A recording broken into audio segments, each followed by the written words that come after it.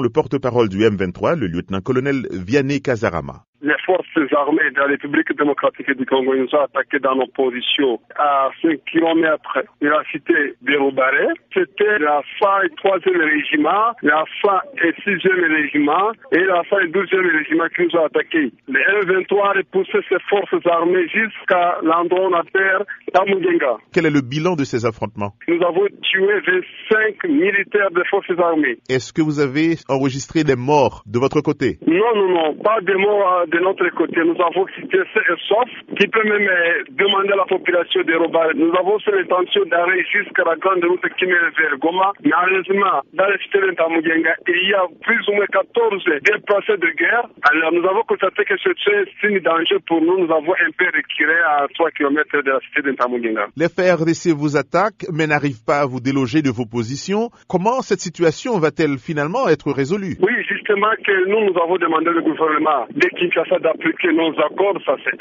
les accords du 23 mars 2009.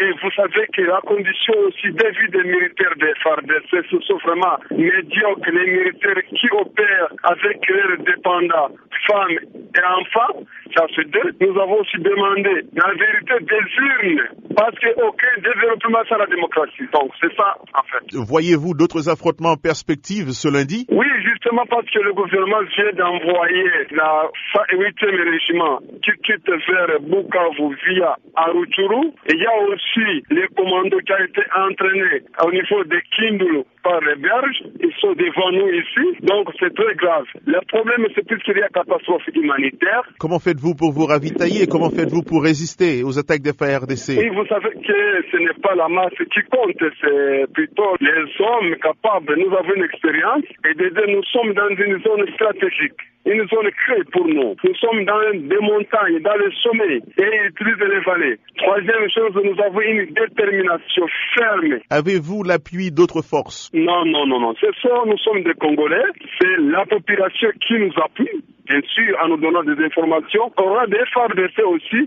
Il y a les militaires, les forces armées de la République démocratique du Congo, qui nous fournissent des informations, qui nous donnent des munitions. Donc, vous comprenez que le combat prendra une autre image. Pour nous, nous disons que nous n'avons pas l'appui de Kigali non plus. Et vous savez, si Kigali nous soutenons, nous ne devons pas être ici. Nous devons peut-être avancer plus loin qu'ici. Ça, c'est faux, archi faux. Nous avons demandé au gouvernement de négocier, qu'on entre sur la table de négociation, qu'on voit ce qui ne marchait pas. Parce que ce que nous revendiquons, le retour des réfugiés, c'est une priorité du gouvernement responsable. Avez-vous eu des contacts avec le gouvernement formellement jusqu'à présent? Non, jusqu'aujourd'hui, vous savez que nous sommes à Rutshuru. Rutshuru et Kinshasa, c'est en 2000 km. Bien sûr que l'Est de la République démocratique du Congo sera déchirée par partie parce qu'il y a pas de groupes armés qui opèrent à l'Est de la République démocratique du Congo. Il y a les groupes locaux, il y a aussi les groupes armés étrangers qui opèrent même à l'Est de la République démocratique du Congo. Nous demandons au gouvernement de venir sur la table de négociation. Le porte-parole du M23 à Rutshuru, dans l'Est de la RDC. Vous écoutez la radio de la référence www.radiolisolo.com.